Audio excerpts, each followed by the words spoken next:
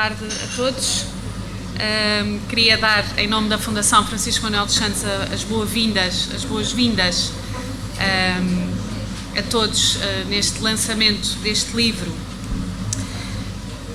do Carlos Leone, que está aqui à minha direita, intitulado Crise e Crises em Portugal. Que tema tão sempre atual, mas diria eu, pelo menos para quem vive os tempos que correm, os mais recentes, muitíssimo atual. Temos também o gosto de ter aqui connosco o professor Pedro Galvão, professor da Faculdade de Letras da Universidade de Lisboa, professor de Filosofia, não é assim? Muito obrigada também por colaborar com a Fundação. Eu vou passar a palavra ao professor para fazer a apresentação e depois passar a palavra ao autor e teremos depois um momento de interação com o público, se houver alguma questão, falarmos um bocadinho também. Muito obrigada, professor Pedro. Boa noite. Cabe-me então hoje apresentar o novo livro do Carlos Leone, Crise e Crises em Portugal, e farei esta apresentação com muita satisfação porque tive muito gosto em ler um livro que é sobre um tema acerca do qual eu não tinha refletido muito e que de facto se revelou interessante. Carlos Leone é um especialista em pensamento português, é o autor de Portugal Extemporâneo, mas neste livro que publica agora não se fixa exclusivamente no pensamento português, embora Portugal seja o seu ponto de chegada. Crise e Crises em Portugal consiste numa reflexão ampla que eu situaria na filosofia da cultura sobre o conceito, ou melhor, sobre os conceitos de crise, sobre a história e a natureza das crises.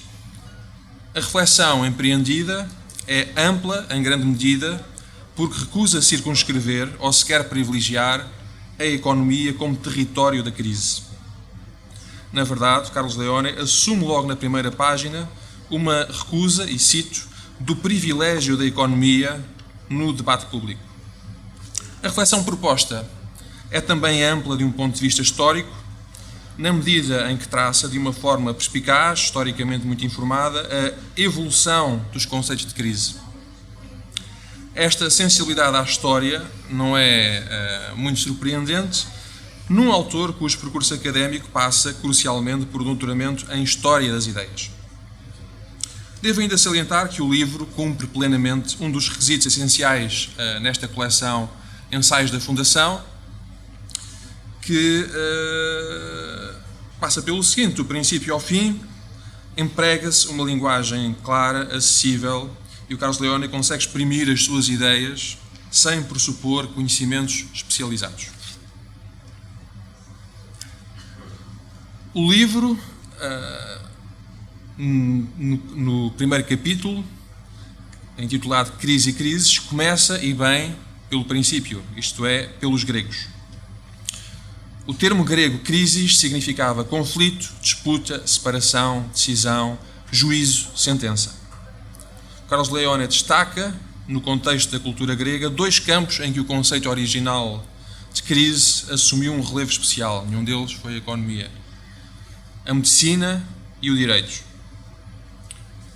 A respeito da medicina, afirma-se aqui, na página 11, a crise é um momento de decisão em que se produz uma viragem decisiva no estado do paciente, ou seja, o momento no qual o doente ou a doença sussurram, o momento no qual o tratamento começa ou não a produzir o efeito pretendido.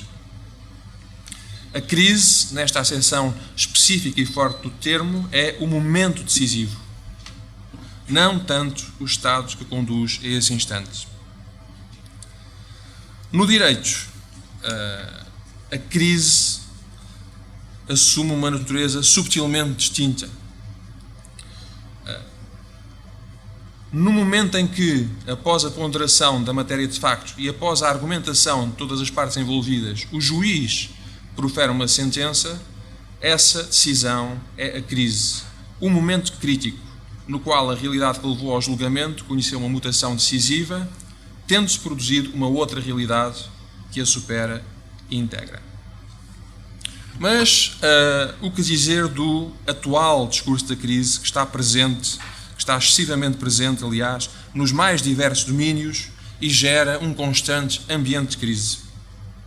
Será que neste discurso teremos ainda algo próximo do conceito originário de crise?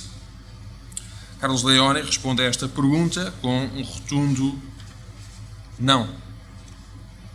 Este ambiente geral de crise esgota os outros temas mais do que se deixa esgotar por simples repetição. Tem traços distintivos. A crise deixou de ser um momento de viragem e passou a ser um estado. Deixou de ser produtiva e passou a ser um processo de reciclagem interminável. Perdeu o seu caráter excepcional e tornou-se um contexto que deixa camuflada a realidade. E chegamos assim a um tema central neste livro. A crise passou de produtiva a repetitiva. Uma ilustração muito significativa deste facto, que infelizmente conhecemos bem, verifica-se no âmbito da economia. Os déficits que levam às dívidas e as dívidas que levam aos déficits, o capital que já cria trabalho e o trabalho que já não consolida capital, gerando-se assim um atoleiro geral que leva o autor a declarar: esta crise já não mata, mói. E esta reflexão leva, pelo final do primeiro capítulo, a uma distinção entre crise na sua acessão atual e as crises no plural.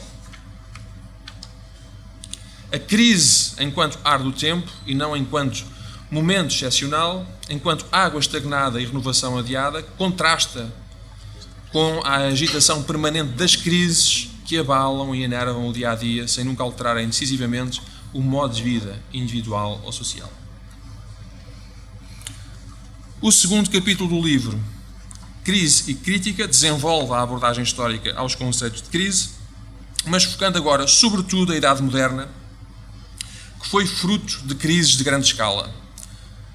O colapso de Atenas, em primeiro lugar, e a crise simétrica, assim descrita pelo Carlos Leone, que levou cerca de 10 séculos depois, levou à reunificação do mundo mediterrâneo, agora sob o cristianismo. Uma tese intrigante deste capítulo é que, no mundo cristão medieval, o conceito de crise se tornou praticamente obsoleto, pois encontrara-se a salvação. Com a viragem do Renascimento, no entanto, o conceito voltou a ganhar relevo, mas agora em estreita associação com o conceito de crítico. A modernidade faz-se na ciência, na filosofia, na política, com a adoção de uma atitude crítica, que valoriza a razão e a experiência, tanto na esfera do conhecimento como no domínio das instituições humanas. O desenvolvimento desta atitude crítica, claro, pressupôs a defesa da liberdade de pensamento e de liberdades associadas, como a liberdade de expressão, e de um ideal de tolerância. Esta tolerância, afirma-se na página 45, evita a crise, visa a paz pública. E, como nos mostra Carlos Leone, a busca dessa paz, desse ambiente de tolerância, motiva o pensamento até de autores como Thomas Hobbes e Maquiavel, autores que não costumamos associar a estes valores de tolerância e paz.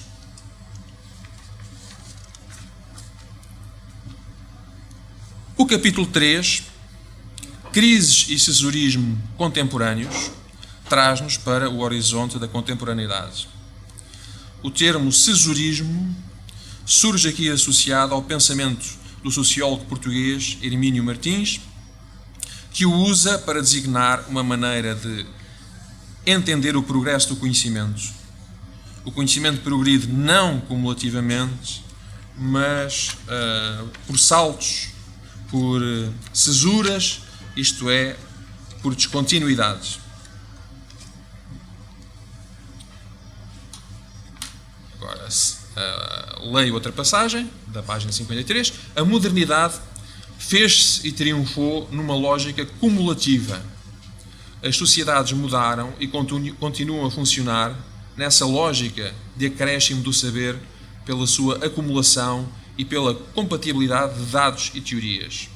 Mas, durante o século XX, esse processo foi interpretado como sendo essencialmente descontínuo, no sentido em que se alegou que a continuidade era apenas uma paragem temporária entre os avanços no conhecimento, os quais se operavam por saltos, isto é, por crises, rompendo modelos anteriormente aceitos.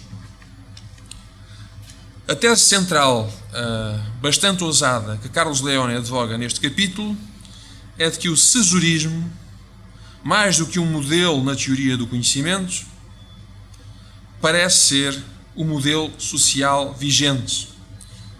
E Carlos Leone afirma: se pensa na sociedade como marcada pela descontinuidade e não pela continuidade, muito do que não faz sentido ou faz pouco e é confuso fica mais claro.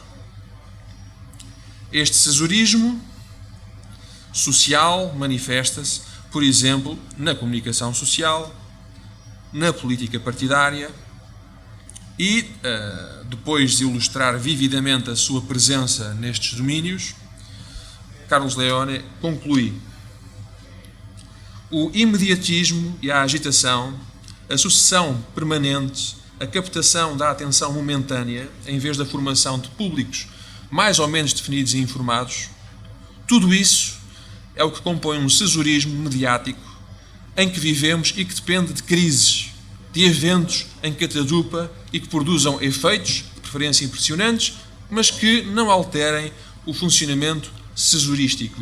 Temos então crises, uma quantidade infindável de crises, mas nunca crise.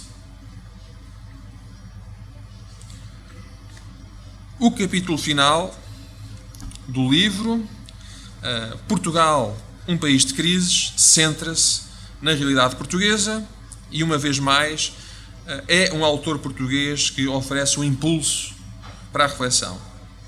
Refiro-me ao historiador Luciano Amaral, autor do livro Rica Vida, publicado pelo Dom Quixote, um livro que conta a história de Portugal de uma forma sucinta, mas num ângulo muito interessante. Conta a história de Portugal a partir das suas crises. Temos então, sobretudo, a crise de 1383-85, a perda da independência e a restauração, as invasões napoleónicas, o salazarismo e a crise atual. E parece haver algo de muito impressionante em todas estas crises nacionais.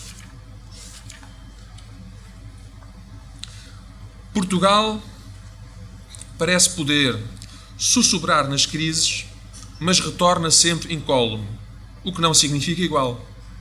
A cada crise mudam as elites políticas, com mudança de propriedade e de rendimentos, persistindo o país, mas a mudança nunca é muito relevante, mesmo nos protagonistas, que adquirem maior ou menor estatuto de crise em crise, mas nunca o perdem. Com efeito, a crise é invariavelmente resolvida sem que as estruturas sociais sejam alteradas de forma significativa e duradoura. Isto então será o que caracteriza de uma forma bastante peculiar as crises portuguesas ao longo da história do nosso país. Para pensar a crise do país, argumenta depois o Carlos Leone, nas páginas finais, há que fazê-lo prescindindo de um pressuposto demasiado comum, o da unidade nacional. Alimentamos constantemente este pressuposto, observando, por exemplo, que temos as fronteiras mais estáveis e antigas da Europa. Mas será realmente que esta unidade social é forte? E será apropriado pensar a crise atual pressupondo-a? Na verdade, defende Carlos Leone, Portugal caracteriza-se pela coexistência de duas sociedades com pouca comunicação entre si. Temos, por um lado, as elites, entre aspas, e, do outro lado, a restante população. E nesta sociedade dual, curiosamente, coisas como o nepotismo, a endogamia e o fechamento dos sistemas sociais são transversais. Aplicam-se a ambas as sociedades que coexistem no nosso país. E a corrupção, outro aspecto interessante, é comum. E ao longo de toda a nossa história, como é que estas duas sociedades têm conseguido coexistir? Uma saída que se revelou sempre eficaz foi a imigração. E há pouco tempo tivemos uma nova vaga de imigração, como sabem. Como pensar, então, a crise nacional? E vou acabar por aqui, citando uma proposta de Carlos Leone. Se apenas uma ilusão pela continuidade histórica permitir falar de unidade nacional, se a cesura social se mantém, assumindo várias formas, e modela comportamentos simétricos nos países que habitam no mesmo território, nas tais duas sociedades que aqui coexistem, se a resposta mais efetiva a esta realidade foi a saída em massa da imigração, mas essa saída permite justamente manter a dualidade inalterada, ou pelo menos protegida, com a expulsão da concorrência social, se a discussão do país, baseada em pressupostos equívocos, unidade, continuidade, identidade, apenas reproduz crises que nada decidem, desde as crises do governo às crises orçamentais, sem nunca faltarem as fatais crises de valores, se tudo isto for assim, o que poderia ser, afinal, uma crise em Portugal? Uma alteração que escapasse a ser tão só mais um lamento, mais uma indignação, mais um desassossego, em que poderia consistir, afinal? E uma resposta, sugere o Carlos Leone, que tem necessariamente de ser contextual, teria de recusar liminarmente o privilégio que a economia tem assumido no discurso público. Concluo assim então a minha apresentação, que deixa muita coisa interessante de fora, sobretudo talvez no capítulo 3, que é filosoficamente o mais denso. Felicito o autor pelo livro, que é de facto uma contribuição valiosa para o debate público, e felicito também a Fundação Francisco Manuel dos Santos, esperando que nesta coleção dos ensaios da Fundação a presença da reflexão filosófica continue a verificar-se com alguma regularidade. Bem, muito obrigada pela apresentação. Acho que foi bastante, pelo menos para mim, que não sou filósofa, mas li o livro, foi bastante, refletiu bastante bem aquilo que aqui é dito. E eu daqui a bocadinho, se tiver tempo, direi 2 ou 3 provocações mais numa lógica de não filósofa, que não sou. Mas antes disso vou passar aqui a palavra ao nosso autor, agradecendo também esta sua colaboração com a Fundação. Obrigado e boa tarde. Boa tarde a todos, antes de mais. Boa tarde também a Mariana França Gouveia e à Fundação, na sua pessoa, e naturalmente ao Pedro Galvão, que além da apresentação também é autor de um dos ensaios desta coleção, um ensaio sobre ética, justamente.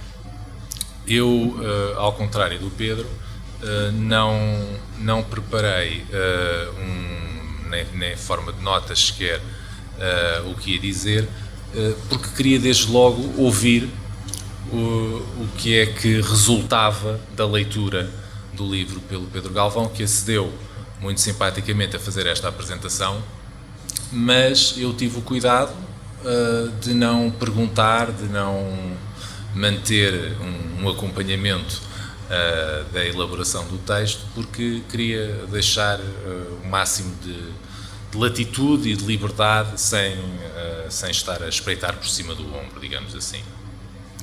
E ao ouvir, como acabaram também agora de ouvir, além de me sentir lisonjeado com a referência à filosofia da cultura, que além de ser um termo já muito pouco ouvido, se eu tivesse pensado nele, era de facto o objetivo a atingir com o livro. Ao ouvir o Pedro Galvão, ouvi e tomei nota quando referiu o atual discurso da crise. E eu gostei muito de ouvir estas palavrinhas, porque há 22 anos atrás, quando eu era finalista de um curso de filosofia, e no final do curso de filosofia os alunos têm de perpetrar um trabalho de final de curso, nós fizemos pomposamente uma tese de curso, eu escrevi uma monografiazinha intitulada O Discurso da Crise, justamente. e sem premeditação nenhuma, desde então, portanto desde 1995, 96, que tenho publicado, o Pedro Galvão referiu alguns desses títulos, tenho publicado um conjunto de trabalhos que ou são diretamente sobre o tema da crise ou sobre termos que estão associados ao termo crise, como a questão, termo crítica, que é também outro termo muito frequente e que até na sua raiz grega, mais uma vez, está relacionado com o tema crise. E ao fim de andar a fazer esta coisa que garante não ter leitores, que é escrever sobre temas desagradáveis, a crise, a crítica, aquelas coisas que ninguém diz bem de,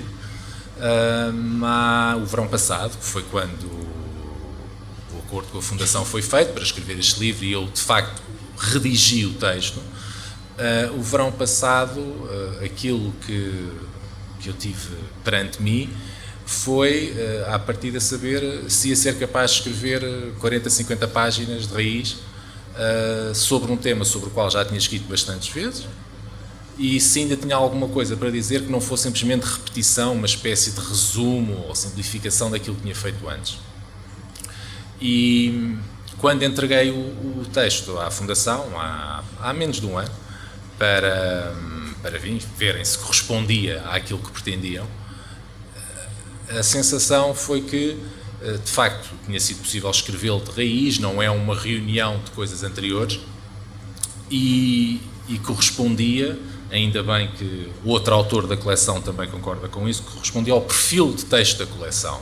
Isto é, este texto não é para ser lido por especialistas em crise ou por pessoas de filosofia, não requer nenhuma formação especializada, porque o tema crise não é um tema especializado. Uma pessoa que escreva um livro sobre, como outros desta coleção, como sobre turismo, bom, setor da atividade económica, por aí fora. Mas o tema crise não é algo reduzido a uma disciplina, a uma profissão, a um campo específico. E aquilo que era o desafio, digamos assim, inicial, e que, como o Pedro leu, foi referido logo na abertura, é escrever evitando falar de economia, que é o modo como a crise nos últimos anos, nesta década sensivelmente, tem sido tratada. Falar da crise do país como uma questão económica e depois todas aquelas outras instâncias de crise nós conhecemos, a crise política, a crise dos valores, que é uma embirração particular minha, lá está desde há 20 anos, que é um daqueles termos que não diz nada parecendo dizer tudo, e evitar esses tópicos que são demasiado conhecidos e falar sobre o termo, esta palavra crise, que toda a gente utiliza, e ainda bem, normalmente, mas interessar-se pelo problema, isto é, o que é que a palavra quer dizer, a que situação é que se pode reportar, e não por ter uma solução no bolso, não é? Aquela habitual abordagem ao tema da crise que se encontra numa vastíssima literatura, segundo a qual a raiz dos problemas atuais ou a crise em que vivemos tem a sua causa em 2 pontos, e depois são os banqueiros ou os políticos ou outra coisa qualquer que preocupa o autor, e invariavelmente isto também vem associado a uma solução que é fácil e que, se houvesse vontade política, era facílima de aplicar e os nossos males se resolviam. Nesse sentido, é um livro que, e isso é uma dúvida que eu fiquei, quer da apresentação, quer também na conversa que estávamos a ter antes, mas suspeito que seja um livro pessimista, ou pelo menos pouco otimista, porque se interessa pelo problema e não se interessa por dar uma solução. Ou seja, não há, e eu espero que os eventuais leitores que estejam aqui e qualquer outra pessoa que se interesse perceba isso, nem que seja logo pela badana, o livro não tem uma solução para a crise. Nem para a crise portuguesa, nem para a europeia, nem para a mundial, nem sequer para a eleição do Donald na América. Não há soluções nem teses explicativas que encaixam tudo. E a minha relação, digamos assim, durante a escrita com a Fundação foi algo que se espelha no título do livro, Crise e Crises em Portugal, e que foi uma relação em que eu sabia e percebo esse ponto de vista de parte da Fundação para chegar ao público justamente querer que Portugal tivesse uma presença no livro que permitisse ao leitor, que é um leitor aqui em Portugal, que lê em português, enfim, que vive numa realidade portuguesa, relacionar-se com o livro, e do meu lado querer evitar isso, porque nos últimos anos, enfim, nos últimos 10 anos, 12 anos, tenho escrito e publicado demasiado, quanto a mim, pelo menos, sobre Portugal e sobre autores portugueses e temas portugueses, e queria evitar um pouco isso. Por isso o título é um compromisso. O interesse, pelo menos do autor do livro, é na crise e nas crises. Ou seja, é naquilo que se poderia chamar o interesse o abstrato, o teórico, o filosófico, naquele sentido habitual de filosófico. A referência ao em Portugal significa que há o reconhecimento, no último capítulo, como ficou claro na apresentação, há o reconhecimento que existe um contexto e que é Portugal, e por isso o último capítulo começa com uma cisão na narrativa, digamos assim, em que é interrompido o registro habitual do ensaio, em que uma pessoa está a escrever aquilo que pensa, e há um diálogo, que é uma ficção, mas que tenta ser a ficção mais parecida com a realidade que eu sou capaz de fazer. E essa articulação entre o tema, que é a crise, e Portugal, que é, no fim de contas, o contexto, e é aquilo que nos junta aqui na mesma sala, não é? É o ponto de equilíbrio deste livro, e quero terminar neste ponto porque eu não sei se ficaram com essa impressão, mas a referência à sociedade dual feita pelo Pedro Galvão no fim da apresentação, a referência à sociedade dual é um dos tais temas sobre o qual eu já escrevi demasiado, mas que, infelizmente, para mim, não posso reclamar a originalidade. A sociedade dual é um tema na sociologia e nas ciências sociais portuguesas há 50 anos, sensivelmente, de Hérito Cedas Nunes, o Hermínio Martins, que foi referido e com o qual há de facto um diálogo, e que morreu o ano passado. E não é um conceito, uma noção minha, mas, e a leitura foi de facto certeira nisso, é realmente o nó górdio da questão. Quando chegamos a um caso concreto, vamos dizer, neste caso o caso concreto é Portugal, a discussão da crise, vivemos em crise, vivemos numa sucessão de crises, confronta-se com o facto de, na verdade, o objeto dessa crise ou dessas crises também não existe bem, pelo menos não existe bem como parece. Não é bem um país, é dois países dentro do mesmo território. E isto não existe só sobre o tema sociedade atual. Um embaixador e uma pessoa que escreve habitualmente nos meios de comunicação social portuguesa, o embaixador José Cotileiro, também se doutorou com uma tese de doutoramento centrada sobre isso, que era a endocolonização, a colonização interna de Portugal pelos portugueses. Uma tese sobre os ricos e os pobres no Alentejo. E, portanto, é um ponto importante, sem dúvida, mas que é quase aposto, é quase uma sequela do que poderia ser um ensaio sobre a crise se transformasse num ensaio sobre a crise em Portugal, especificamente em Portugal e dedicado a Portugal, coisa que evitou ser, não quer ser, e por isso mesmo, daí a questão do eventual pessimismo, o livro não pretende ter solução ou proposta nenhuma, embora se perceba o que é que o autor pensa, claro, enfim, mas não pretende ter uma solução muito menos social, política, para aplicar. Não é um manifesto, corresponde aos objetivos da coleção em que está e nesse sentido não é tanto um livro de autor, pretende ser pelo menos um livro para o público. E isso também foi uma coisa que, tal como escrever um livro, não sabia se ia ser capaz. Quando comecei também não sei se ia ser capaz de escrever para o público, que é uma coisa que as pessoas de filosofia não estão habituadas. Estão habituadas a não ter público, e por fortes motivos. E por isso, mais uma vez, obrigado por terem vindo, e termino aqui devolvendo a palavra à nossa moderadora. Muito obrigada. Muito obrigada mais uma vez. Nós vamos abrir aqui um pequeno espaço de perguntas. Não sei se há alguma questão que queira colocar, senão eu própria farei aqui algumas provocações. Não sei que horas. Mas já não temos. 2 minutos, que é para okay. Chegar à hora das coisas. Não sei se há alguma questão por parte do nosso público.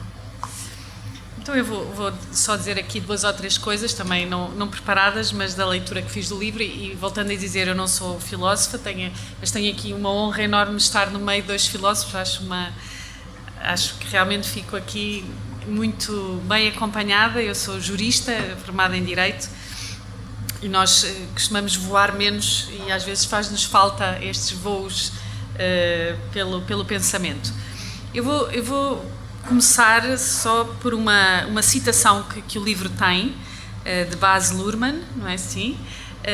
E que diz o seguinte: aceitamos certas verdades inalienáveis, os preços vão subir, os políticos vão enganar e também tu, irás envelhecer.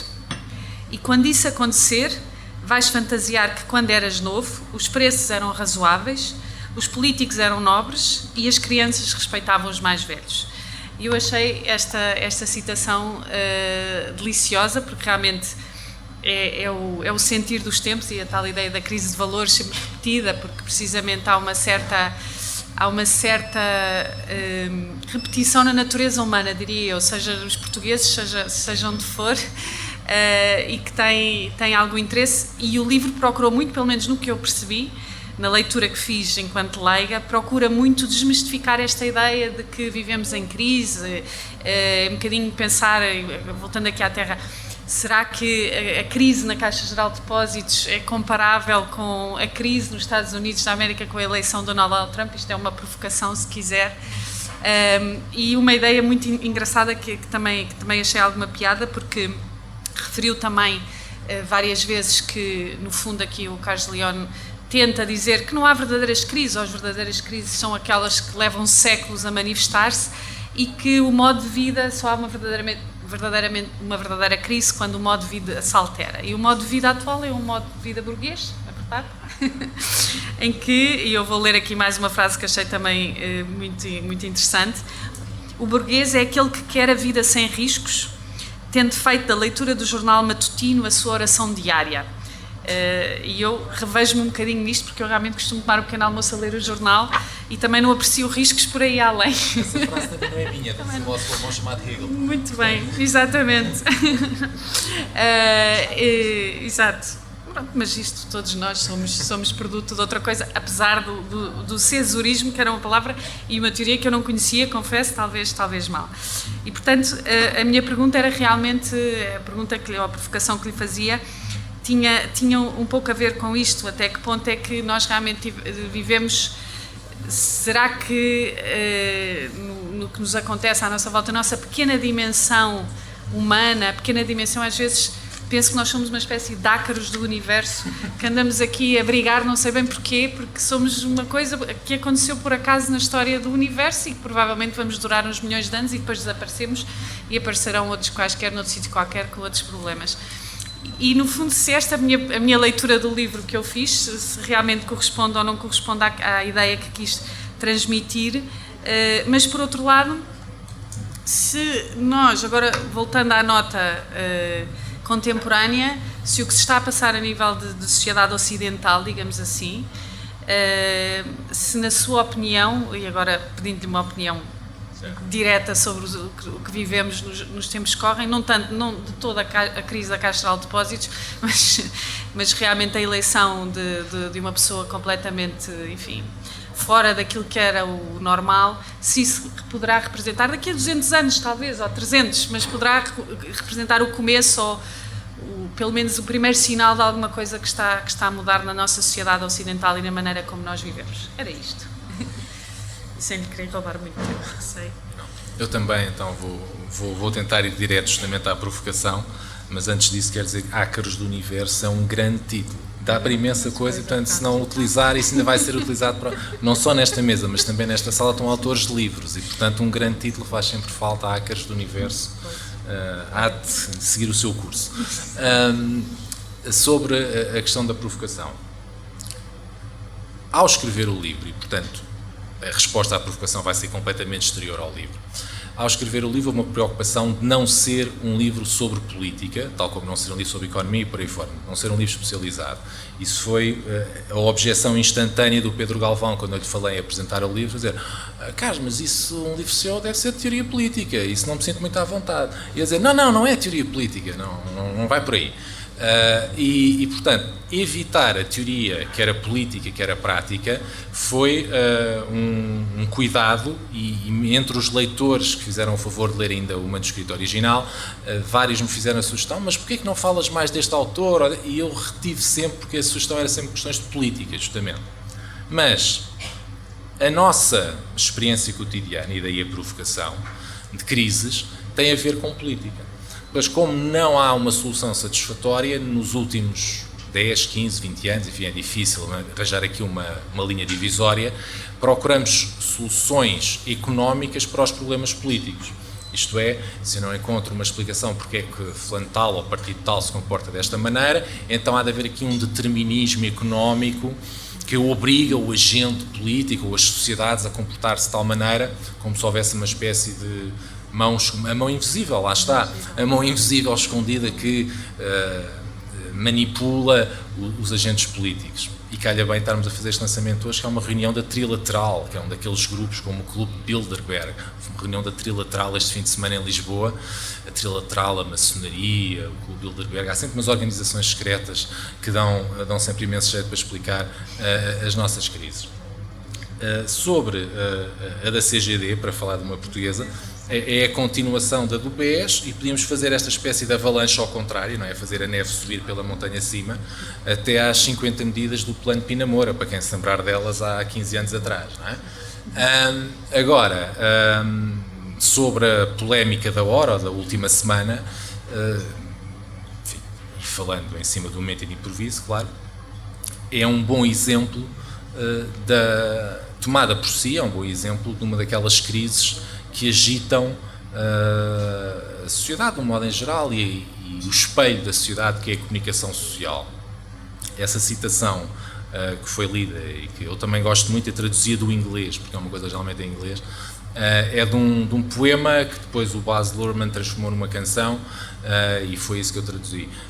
Mas o livro tenta não dar uma imagem negativa da comunicação social ou do modo como nos organizamos, das redes sociais, mas, de facto, tentando ser o mais objetivo e neutro e descritivo possível, o afã e a agitação toda em volta do presidente eleito nos Estados Unidos, ou de N outros temas desse género, tem muito mais a ver com a necessidade de produzir motivos de atenção e de produzir alguma agitação que atraia as pessoas em torno de um determinado assunto, do que propriamente em dados concretos.